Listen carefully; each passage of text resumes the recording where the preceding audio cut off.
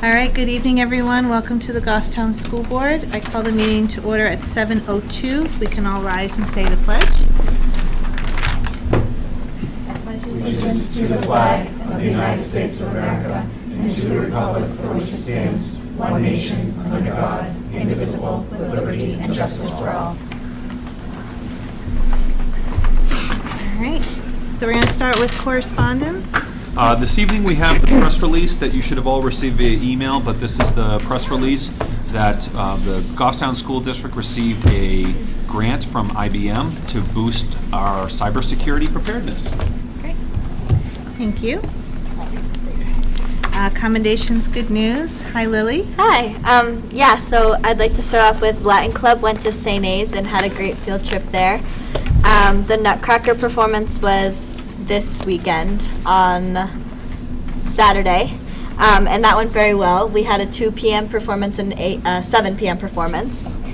The girls basketball team had a jamboree this weekend as well, and they won all 4 games. And they were all games back-to-back, which was very impressive. Wow. Winter sports have all started practices, and this week the music department is going to Disney on Thursday, Friday, Saturday, and we get back on Sunday. Nice. And you're all coming to school on Monday. Yeah. Yes. Just making sure we're clear on that. Thank you, Lily. Thank you. Any other commendations, good news? Go ahead, Ginny. I just want to mention that there were 2 reporters in the New Boston Beacon paper. Marlena Roach is giving reports of DHS, and she spoke very highly about homecoming. And I guess the kids really had fun this year in that they were able to do a lot of things that kids haven't been able to do in a long time, and they had all kinds of extra activities for kids. And the other young lady is Lexi Courier, who does MVMS, and she also had in hers mostly talking about theater production at Mountain View entitled Princess Who, which is running 12/8 and 12/9, and the tickets are only sold at the door. So Nice. it sounded very cool. Thank you, Ginny. Yes. Anyone else? Commendations, good news? All right, seeing none, I'll open up to public comment. So you can come on up, and you just state your name and address for the minutes, and we do ask that you try to keep your comment to about 3 minutes. Okay, great. So go ahead. My name is Olivia Wingfield. I'm at 22 North Mass Street, and I am coming as a parent, although I do work in the district. So I am coming because of my concern with actually our homework policy. I've had my daughter's in 4th grade, my oldest one's in 4th grade, my youngest is in 1st. Each of them have very different personalities and very different needs. One is a perfectionist, and she's actually in a lot of advanced work. However, pretty much since kindergarten, she's always really struggled with the idea of homework, and it's very rarely been a very positive thing in our house. And then my other kiddo, who's in 1st grade, she is, I'd say she's just very fun. She's a big mover, and also a lot of pushback. And so I started researching homework probably about last May. I had first reached out to my oldest 3rd grade teacher, Mrs. Magoon, and then she helped me reach out to Mrs. Pishka, and then she told me that this is a school board policy and that we do this based off of the national guidelines of 10 minutes per grade level, of which homework starts in kindergarten here in our district, and just recommending with like the use of sight words and letter sounds, and for both of my kids, even starting at age 5, it was very difficult. So I started a lot of research on it, and I currently have like 6 articles. One is from Stanford, 2 are from the NEA, one's from Edutopia, and another one is from The Atlantic. All of these resources are ones that our research committee in the school have used, and I will say in my research you will see both sides. So I have just our side, or like my side, that I kind of looked into, and it was more of a quality of homework over quantity of homework.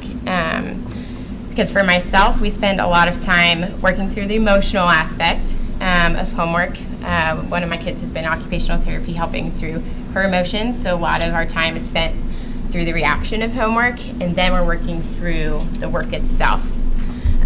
And then the other night I was at a friend's house, and her daughter is in 3rd grade, and I witnessed about probably a 20-minute meltdown about homework, and her mom had helped her with the homework, but then her daughter was crying, saying, "This is not how I learned it in class." And then I saw another Facebook post from a mom that said, "Google said it's right, but my son's homework says it's wrong, and I don't know why."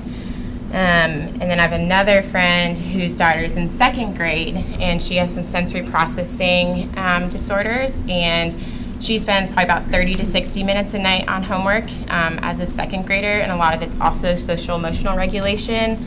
On top of what teachers are thinking, it's an expected 10 minutes, 20 minutes of homework. That is just not always the case.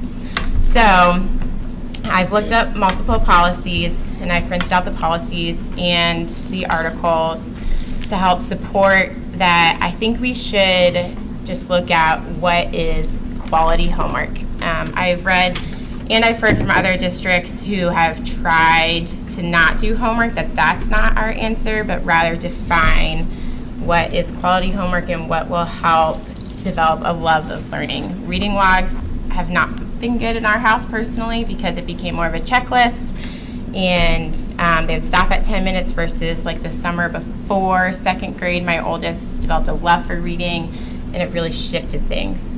So I will say that whenever I've reached out to teachers, they have been very receptive. I cannot speak highly enough of any of the teachers that we've had at Maple Ave.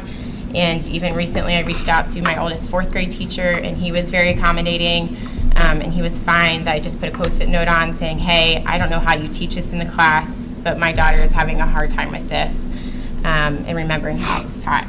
So my goal in coming here is that you guys would consider revising a policy through creating probably a committee, I think, of people that would represent multiple age levels. Not just we're not going to do it or this is best, but really like dig into like what is quality homework, like what is meaningful for our kids, what should parents do, should they stay out and let the teachers like quote unquote like coach the kids, and then kids just like hand it in like as they think it should be done, or should parents be expected to help, just so that we as parents have good clarity of how we can support our kids, because ultimately like I want my kids to love school. And I think I have only spoken to other adults and not around my kids about my concerns regarding homework, because I want them to love learning. Like they love going to school. When they've been sick, they've been sad that they have missed school. But I do think that there's research that is showing that it's not always just like a quantity of here's our homework link that goes along with the curriculum that we're using, do this, turn it in. Because I think there's not a one-size-fits-all for all kids, but that it's a multifaceted thing. Because I think kids are on all different levels, and for me at my house, we're not a one-size-fits-all for all 4 of us. So if I could leave any articles, I would love to leave articles, and I have policies from neighboring districts and also policies, one that's in Massachusetts that changed their policy in 2017 that gives very detailed guidelines per grade level, and also around like holidays too, just really respecting family time. And then I also have all the articles from, I think, very respected resources that we would use as a district. All right. So Well, thank thank you, you. Olivia. Yeah. We appreciate you coming with all that information. Absolutely, you can leave that with me, and we Just so can- you guys would review it, because I just feel like it's a movement, and I really don't feel like it's a one size fits all. And I don't think it should be nixed. I think it's just a matter of figuring out like what I should do as a parent and what's expected as parents, because there isn't good communication. And I think it's just because homework's always been here. You know, we expect that parents then help them, then we turn it in. And I don't love the answer of, oh, we just do this because it's a policy, or, oh, we do this because we want parents to know what's going on. But I'm like, if I'm just fighting with my kids, like, is it meaningful? Right. Like, what could be more meaningful? Well, we appreciate you coming tonight and talking to us about your concerns. You can leave anything that you have for us. Take it up here on the desk. Great, thanks. So you're welcome to stay for the whole meeting, or you can go home. Okay, thanks. Thanks, Olivia. Yep. You can give it to Mrs. Moran. All right, is there any other public comment? All right, seeing none, then I will close public comment. Thanks, Olivia. You're welcome, thank you. All right, so we're moving on to approving the school board minutes from November 21st. There's 2 public hearings and then the school board meeting. Did everybody have a chance to read through it? I'll make a motion to approve the November 21st, 2022 school board minutes. Okay, by Shane, do I have a second? By Ginny? Anybody see anything? Page 13, second motion. Page 13. Yeah, second paragraph. The vote was 610, not 601. Oh, yes. Good catch. Wait, do you have 610? Would you have 601? I have 601 for the second motion. I have 610. That's for the first one. The second one? Oh, got it. Thank you. Was that it, Jared? That was all I had. Okay, anyone else? All right, Shane, do you want to amend your? I will amend my motion to include the amendment to the minutes. Okay, Ginny? Yes. All right, any other discussion? Okay, seeing none, all those in favor say aye. Aye. Opposed, abstaining? We have 1 abstention and the rest, yes. Did you get that, Denise? All right. All right, committee reports, Finance Committee. Scott? All right, we have a manifest tonight in the amount of $1,835,213.16. As usual, the lion's share of that is payroll, taxes, and benefits, $1.48 million there. Special ed activity, a little over $101,000. And then general expenses, it's the things that you see more often than not. We have utilities such as Eversource, Dead River for propane. We have a sewer expense with the town of Goffstown. A couple of other noteworthy ones, Nault's Plumbing, that was almost $7,500, but we're going to be getting a grant reimbursement of 50% on that. And then last, St. Johnsbury Academy, we did have, I believe, 5 teachers who went for AP training. And this was a while ago. We just got the bill. So that's training for them to grade AP exams, which also helps them when they teach the AP classes. So, and then food service was a little over $13,600 for food and commodities. Are there any questions on the manifest? All right. Seeing none, I'll need a motion to approve this manifest. Motion to approve. What was that, Karen? All motion to approve. All right, thank you. Do I have a second? Second. By Ginny. Any further discussion? Okay, seeing none, all those in favor say aye. Aye. Opposed, abstaining? Okay, motion passed. The next one has to do with budget transfers, and as you can see, these are batched into numerous batches, and they total $1,103,333.20. I'm just going to go through each batch. Our first one, which is GBT 39, deals with the administrative salary pool and those redistributions.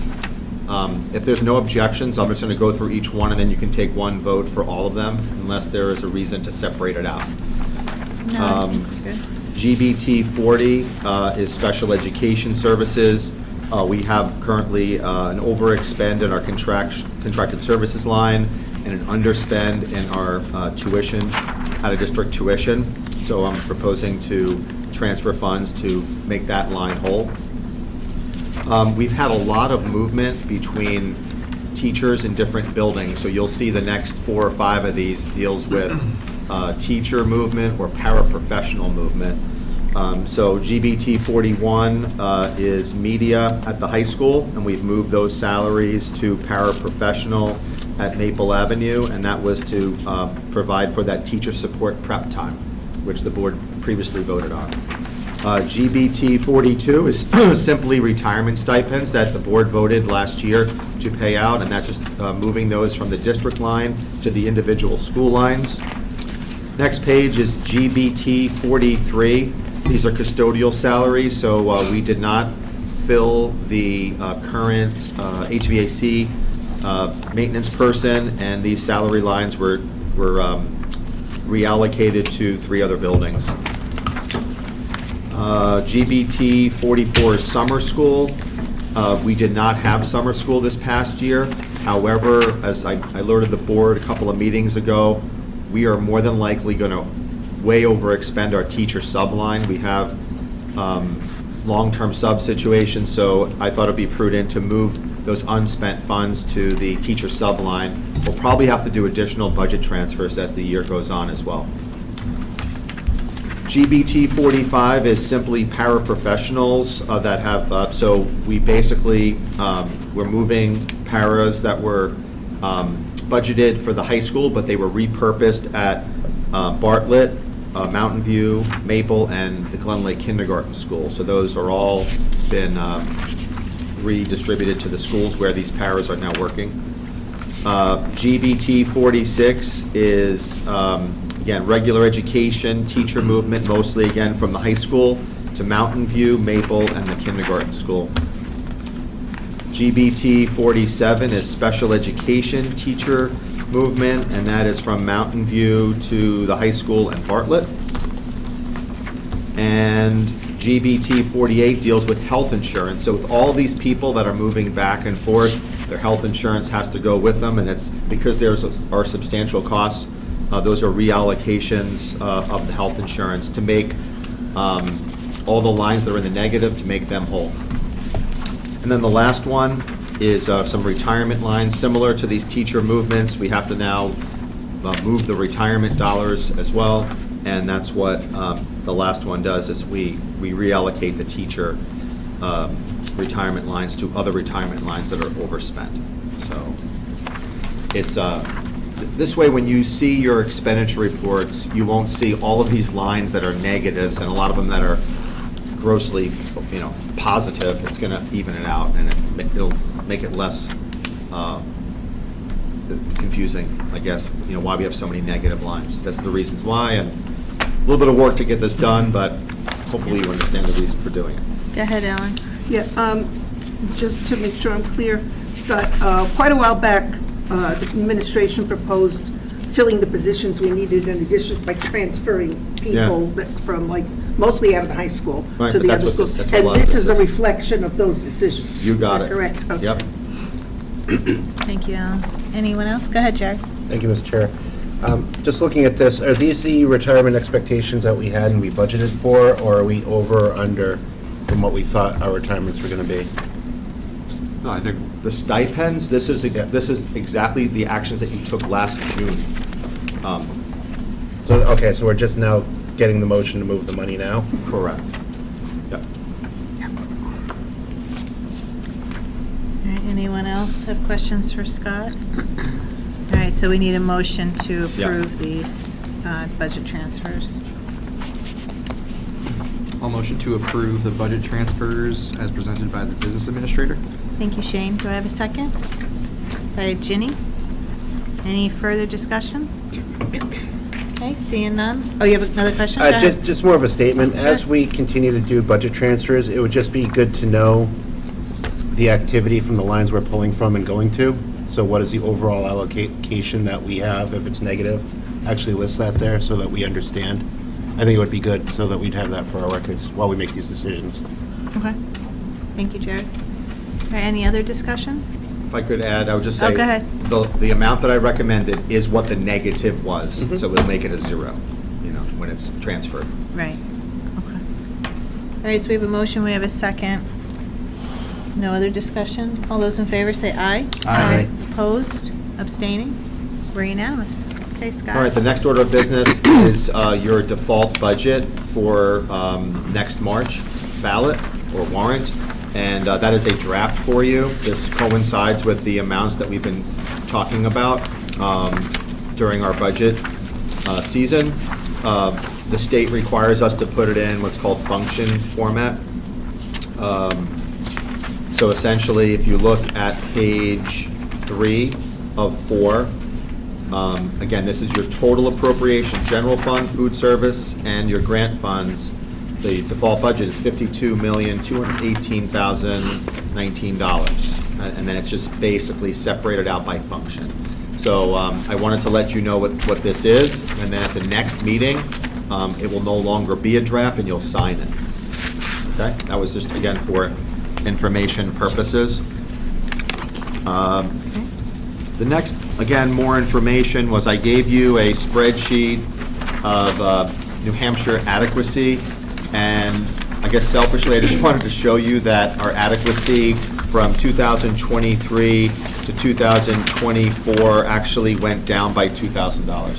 So as our expenses are going up generally on average 3% a year, our adequacy, as I've demonstrated before, you're lucky if we get a 1% increase in adequacy year over year. It's just not keeping up. But again, that was just, I didn't give you all 17 pages, I just gave you Goffstown. If you want all 17 pages of what every town is getting, shoot me an email and I'll send that to you. Scott, when you talk about the adequacy that didn't go up very much, how much has it gone up in the last 10 years? It's, like I said, it's gone up less than 10% over 10 years. So you're lucky if we get a 1% bump. So we're lucky to have a 1% bump per year, but on average, our costs have gone up somewhere between 2 to 3%. 2 to 3% easily. So yeah. after all those years, adequacy just continues to not keep pace. It's very flat, yep. And that's all I wanted to demonstrate there. Next up is your SAFE Grant Award notification. And again, you're going to hold a public hearing at the next school board meeting to accept and expend that. But the state of New Hampshire awarded almost $10 million to 249 schools in the state. Goffstown was awarded 3 projects. These were all for what's called access control of our exterior doors. Goffstown High School is getting $100,000. We initially asked for about $170,000. The Mountain View Middle School received almost $5,000 at $4,885, and Bartlett received $5,395. The good news is, and I put this in your packet, is that Stephen Bourget, who's our IT director, had Pelmac reprice the access control project, and their $170-some-odd-thousand initial costing is now down to about $152,000 with a $10,000 contingency. So I always look at Jared when I say the word contingency. I apologize for that. So we are going to have to, one of the reasons for these budget transfers is that I'm going to have to come up with the $52,000 and change for this project to make it work, and I hope to do that in the next couple of school board meetings. So again, that public hearing will be next school board meeting. This next one, you don't have any material as a backup, and that's the YMCA. Both your athletic director, Justin Huff, and myself met with the YMCA about exploring a memorandum of understanding in which right now we currently pay for pool time as well as gymnastics practices and some other services at the Y. The Y then pays the school district to rent our spaces for after-school programs. The Y also uses Mountain View Middle School for summer camps, et cetera. So we're trying to work out a memorandum of understanding where we don't pay each other checks, and we have an agreed-to set of expectations. And I hopefully that will be a win-win for the YMCA and for the school district. The Y also has other programming which might be helpful to our life skills program. to our homeless population. There's a lot of opportunities there in this MOU, and we hope to do that over the next, before your June meeting. I hope to have that in front of you. So I just wanted to give you a heads up there. Next topic was your Glen Lake boiler and the fire panel. I provided you with the most recently updated quote to replace the boiler there are 2 boilers at Glen Lake, and one of them is in need of replacement, and that replacement cost is a little over $36,000. We are still waiting on a second quote from on the fire panel. The one that is now outdated is a little over $47,000. So, between these 2 projects, we're looking about spending about $100,000, give or take, and hopefully a little under, from the capital reserve fund. So I'm hoping that at your next meeting, I'll have that next quote, and you can then make a vote to authorize those expenditures. There is some lead time on both of these, so it would be helpful to get that motion and purchase those 2 things. And with that, the next topic is your Wi-Fi density project cost, and IT Director Steve Bourget is here to chat with you a little bit about that and the costing to that. Go ahead, Stephen. All right, so short version, in 2014, the school district put in the current wireless infrastructure. It has a life expectancy of 5 to 7 years. Extended support for it falls out January of 2024. So it's due to be replaced. We're already beginning to see the stress of its age with the equipment that we have in place. And I'm sure that our student rep at the high school can attest to that. Yes. So I've been meeting with vendors trying to get pricing to replace the equipment. We anticipate the cost of the project being around $300,000. We're going to try to E-rate it using the federal E-rate program, which reimburse or will pay 40% of network connectivity for Goffstown. So we anticipate by the time that it goes through the E-rate process, we're looking at a cost for the wireless part to be around $200,000. We also will later on have to do the core switching, which connects all these units. We anticipate that running around $100,000. Both vendors who I've met with so far have assured me that our current network hardware will run the newer generation wireless equipment, not at full peak capacity, but it will be functional, should we need to push the network switching out a year. The network switching equipment was put in 2016, and same thing, it has a 5 to 7 year typical life expectancy. So one of the reasons why I brought this to the A&F committee was that we have to fund this.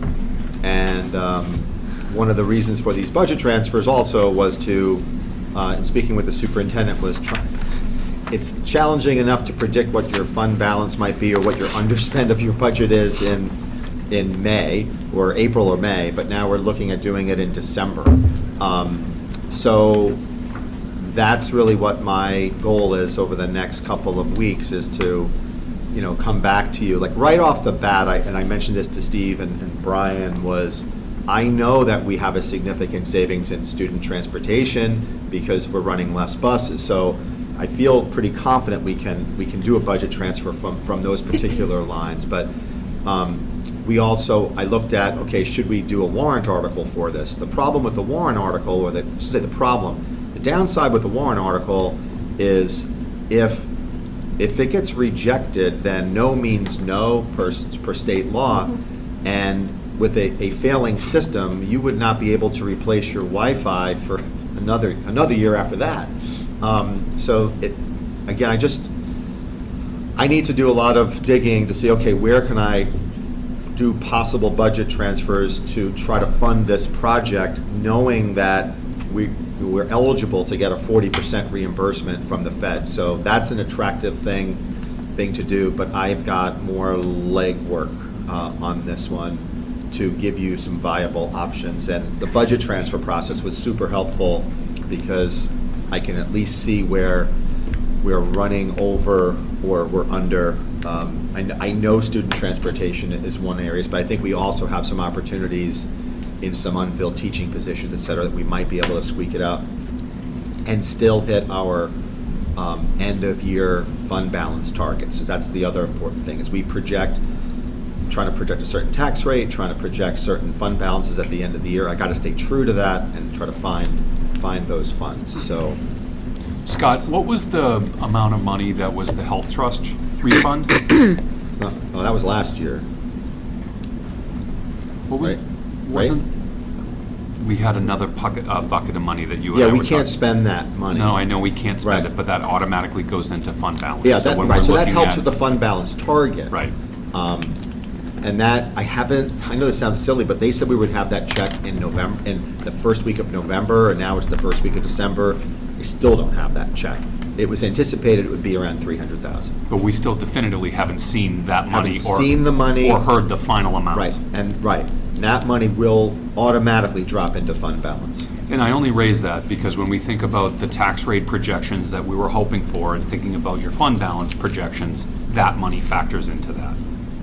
Right, but we can't technically spend that money, although it does impact fund balance. The other piece I should share, just so people understand timelines, as I've been meeting with vendors due to manufacturing delays, one vendor told me that if I ordered the equipment today, I have a 9-month lead on the units. So this is one that we really can't push off to place the order in July because I'll be installing it July of the following school year. So more information. At your at the next next meeting. Yep. And then a decision that's why has these to be budget made. transfers I rushed to get those done because it gives me a much clearer picture of funds, Okay. of where I could potentially pull from. Okay, so we should plan to make a decision based Next on your week. information Next meeting. next Hoping. meeting. Does anybody Again, have any questions for Stephen? Knowing that we're 9 months out Right. on the order, and this is not uncommon. I was talking to somebody over the weekend who deals with security cameras, and he's saying that these security cameras, it takes 9 months to over a year to get some of these replacement security cameras due to the chips. So it's adding complexity to what we do here, knowing that there's such long lead times. Does anybody have any questions or comments for Stephen or Scott? No? Thank you for staying again. And please go home. I was just going to say, go home. All right, thank you. Not you, Scott. You have to stay. Stephen can go home. All right, Scott, are you? I'm done. Done? Done. We don't have, Thank you. What? Oh, What- did Dan take the manifest with him? no, it's going around. Jimmy's got it. I All right. What about the was listening the very donation intently. stuff that you need Oh. Caroline to make the motion? Yeah, so the other thing that I was That's going to not share, on is- here. I think it's coming further down if I'm not, am I wrong? I don't see it. Okay, So policy waiving? No. no. It's So, the field this, I guess it would E-Trade come under stuff. more of a new business, but I wanted to let the board know that we did receive the wire transfer from the public hearing that you held last week. So the donor did wire $250,000 into our bank account today. I spoke with the donor's financial advisor last week, and he informed me that the next bucket of funds are going to be coming in the form of securities. So with that, we need to create a brokerage account. The financial advisor will let us know. They will pretty much send us securities in the amount of $250,000. We then must immediately sell them, and then it transfers into our bank account. So in the A&F committee today, this evening, I prepared a memo to that effect, and But everyone basically I has need that. authorization to kind of create more or less a brokerage account. What we talked about is that we're going to open it and then also close the brokerage account as soon as the funds are transferred. Okay. And Scott, you spoke with Attorney Gordon Graham on this, and Yep. what was So Attorney Graham's advice? The attorney had no concerns with the donation of securities. He just stated that our public hearing will be a little different in the sense that we are not receiving cash. We are receiving securities in the amount of $250,000. So other than that, he had no concerns, just that we publicly notice it slightly different. Okay. So everybody has the memo. Go ahead, Jared. Falling back on my Fidelity days, are we going to get hit with any kind of tax obligation from selling securities No, from a capital gains perspective? we don't. Nope. Okay. Because we're a tax exempt. So we don't have to hold on to them for 90 days, No, including from the brokerage firm that we might open them up at? nope. Okay. It's an instantaneous sale. The financial advisor has done similar transactions with other schools. The last one he did was with Pinkerton Academy, and it's a simple wiring of the securities. It's an immediate sale, and then he said it takes about 3 days for the back room processing it for it to hit your bank account. And then the motion that we're going to talk about is that we're going to then close that brokerage account. Dan is the deputy treasurer, and Lissa Winrow is our district treasurer. They'll be signatories to it. So again, it will require a board action, So when we hold the public hearing, you will then authorize myself and/or Laura, as well as the treasurer, to execute, basically the Liquidate. acceptance and immediate sale. And that's it. So it's pretty exciting that, as promised, the donor, I should say, has fulfilled every single obligation along the way. He said the money would be coming on a Monday, and it came on a Monday, and so everything's been pretty smooth so far. Does anybody have any questions or comments about this before we do the motion? All right, go ahead, Caroline. All right, I move to authorize the business administrator or his designee to create an E-Trade account for the purpose of accepting and selling donations of securities. The signatories of this E-Trade account will rest with the school district treasurer and deputy treasurer. Upon the completion of this donation transaction, the district's E-Trade account will be closed. All right, thank you. Do I have a second? Second. By Shane. Any further discussion? Okay, seeing none, all those in favor say aye. Aye. Opposed? Abstaining? We're unanimous. Thank you, Scott. Okay, thank you. I think you're done now, right? Yeah. That was a lot tonight. All right, Budget Committee. Jared Miller? Yes.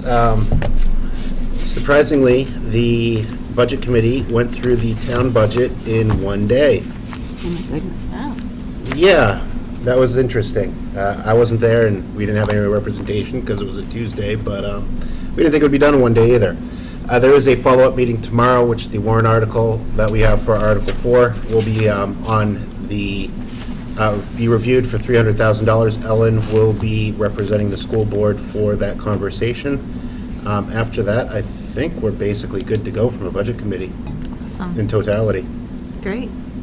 Ellen, you're all set for tomorrow? Yep, I would appreciate thank you for asking, if there must have been, I missed the last school board meeting. Right, that's I when we wasn't talked around. about it. There must have been a paper that was provided that showed where all our CIP monies go and the CRF funds go, and The school, the budget committee did receive that in their overall packet. Scott did give it to them to say, here's for the past 3 or 4 years, here's all the money that we spent. if someone could send me a copy of that, Sure. I'll print it off, so just so I have. Absolutely. that Make sure in you have front of me. everything. And I'm going to what- bring extra copies tomorrow anyway. And so- what we're anticipating using the increased dollars amount for. And my question has been, I think I asked Scott when he told me about this, does this do away with the need to bond? Because we have been talking about a bond to address our CIP No. financing. It does not do away with that? It does not. I mean, we have over $6 million of CIP-funded projects. Okay. And that doesn't even include the potential of building say, a kindergarten or an expansion into the kindergarten. So there's plenty of, there's more capital needs expenses than what we are currently funding.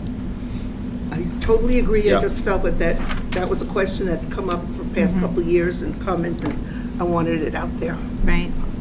Thank you, Ellen. So you guys are all set? Yep. All right, C&E, Ginny. CNE will have a meeting on 12/12 at 7 PM at the SAU. Great, thank you. P&C, Retta. Yes, PNC met this evening, and we have some non-public that we'll bring forward at the end. And our next meeting is in January, whatever that first Monday is. Okay. Probably second Monday, right? Because the first Monday we have no school. Yeah, the first meeting of the month. Okay, perfect. All right, policy review. We have not met since our last meeting, but we have a meeting next Monday, December 12th at 5:30 at the SAU. SAU policy meeting. Shane. So the SAU 19 Policy Review Committee, met last Wednesday, which was November 30th. We went through about, I think, 9 different policies, reviewed and worked on. We'll be meeting again at 5 p.m. on December 14th, which is before the SAU 19 full board meeting. That will be at the SAU office. Right, and to tag on, that's the full board meeting is at 6. Full board meeting is at 6. Right, with the budget hearing. That's next Wednesday. All right, superintendent's report. Thank you. Just a few things to update the board. Mr. Gross mentioned the Public School Infrastructure Fund access control projects. I also wanted to let this board know that we received $97,000 for New Boston Central School for access control. So in addition to about 110 here in Goffstown, we got just shy of 100,000 in New Boston. We have a safety meeting this week with our police and fire partners and the principals, so we'll look forward to that. Last Friday was our parent-teacher conferences, so we had great turnout, great attendance, and we're appreciative for all of the parents that stayed involved. And actually, speaking of parents, I was notified that we have an incredibly high number of parents that have now created their Schoology accounts. So we have been watching that, and we're down to only a small percentage of people without accounts is actually pretty exciting. So we're thankful and appreciative for that. Mrs. Kohler got her first report from tutor.com in the month of November, which we only started using just a short while. We had about 26 students who used the platform, and it was interesting to see the report. I thought it was pretty slick. It was. And kids must get questions at the end of it because there was feedback that Wendy received on it, and it identified what grade levels, what subject areas. It was pretty slick. So I'm appreciative of that. And I would, again, encourage parents, anyone perhaps supporting kids doing homework or whatever it may be, that tutor.com, there's a button. If all kids have to do is log into Schoology, and they can click right on that button, and that includes free tutoring for ACT and SAT for high school students who might seek to want to improve their scores. So that's been good. And the last thing I wanted to share is Mrs. McGrath created a new resource for our employees. And we know that we have a lot of people struggling with mental health, and there are new resources that Kate has put together through a document called Mental Health Resources, and she has posted that on the online employee portal and has shared that with all employees. So again, just another resource for all of our staff. And that was all I had today, and I'm happy to answer any questions that any board members may have. No one? All right. Thank you. Thank you. All right, old business. So last board meeting, we had first reads for a couple of policies. Tonight, we have any questions anybody had on any of them? If not, then the next meeting, there'll be second reads with motions to move them forward. Anybody have anything on any of the policies? All right. So the next is new business. Scott, that's you. Yeah, so this one is kind of a housekeeping thing. With regard to our Goffstown High School field renovation project, you'll recall that the state gave us what's called a sole source approval on a vendor, which they're allowed to do on a federal contract. What I also understand is that the federal procurement guidelines state that we must comply with either the federal procurement guidelines or our own local policies, whichever is more stringent. So again, more of a housekeeping thing. We should take an official vote on the Goffstown High School field renovation project to waive our procurement policy and proceed as we did before with a sole source through field turf. Again, allowed by the state, but because we have to pick the more stringent one, ours would be more stringent than the federal policy, so we should waive our policy DJB as it relates to the Goffstown High School field renovation project. Anybody have any questions or comments for Scott? Okay, so do we have a motion? I'll make a motion to waive policy DJB in relation to the field renovation project. All right, thank you, Shane. Do I have a second? By Caroline. Any further discussion? Okay, seeing none, all those in favor say aye. Aye. Opposed, abstaining, we're unanimous. Thank you, Scott. So it- And I just to Yeah, give you go one ahead. last update on that project, I do believe that I should be able to execute a contract in the next week or two. We're getting the final, we're down to the nitty-gritty, the final costing. Our attorney then has to review it one more time, and we could see groundbreaking in another week or two. So I talked to one of the contractors, and it's very possible. So just so you're aware, they'll start to break ground as soon as we execute the contract. All right, go ahead, Ellen. I just want to once again let the board and the public know, I'm on that committee, and Scott, as our administrator, has done an enormously fantastic job of making the committee's work so much easier, because he's done the yeoman's work of researching and contacting people, but also the people on the committee, both staff and volunteers, parents involved in the boosters and things, very knowledgeable people. And work, I think, very well together. It was a privilege to work with them. I know I learned a lot. I don't know a whole lot about this stuff, but I learned a lot, and it's because of the background work that Scott did for us, and these people who are willing to give their time and their extraordinary knowledge about things like lights and Yeah, huge sound amount of systems the sound and- systems yeah. and the netting and the fences, and they knew about it themselves. So, Right. and they shared it with us, and the committee was able to move along, I think, very smoothly. I think they did a Awesome. really nice job. Thank you. All right. Thank you all. So are you done, Scott? Yeah. Are you set? Okay, so we're moving on to staffing. Go ahead, Brian. So for staffing, we have a number of notifications. So we have some leaves of absences as well as the coverages associated with those. And we have one observer from Riviera University, so we're pleased to welcome Rose. For your approval this evening, these are the few remaining athletic nominations that we didn't get to last time. A few of these, you'll see that 3 of these are new and 2 of these are volunteers. So for your approval, we would have the 4 athletics nominations this evening. Okay. Do I have a motion for the approvals? Motion to approve the staffing changes and the... For the co-curricular in the co-curriculars, yes. sports. All right, thank you, Caroline. Do I have a second? By Ginny? Any further discussion? Okay, seeing none, all those in favor say aye. Aye. Opposed, abstaining, we're unanimous. Thank you. Wow, that was quick. All right. We do have some non-public tonight, but before that, is there other business that may legally come before the meeting? All right, seeing none. So we're going to go into C first. Yes. Okay. So I'll need a motion to go into non-public under RSA 91A32C, matters which, if discussed in public, would likely affect adversely the reputation of any person other than a member of the public body itself, unless such person requests an open meeting. This exemption shall extend to any application for assistance or tax abatement or waiver of a fee, fine, or other levy if based on inability to pay or poverty of the applicant. So moved. By Shane, do I have a second? By Caroline, I'll do roll call. Retta? Yes. Jeannie? Yes. Jared? Caroline? Shane? Yes. Ellen? Heather? Yes, we are in non-public, so we'll meet down. Bye, Lily, thank you for coming. It was good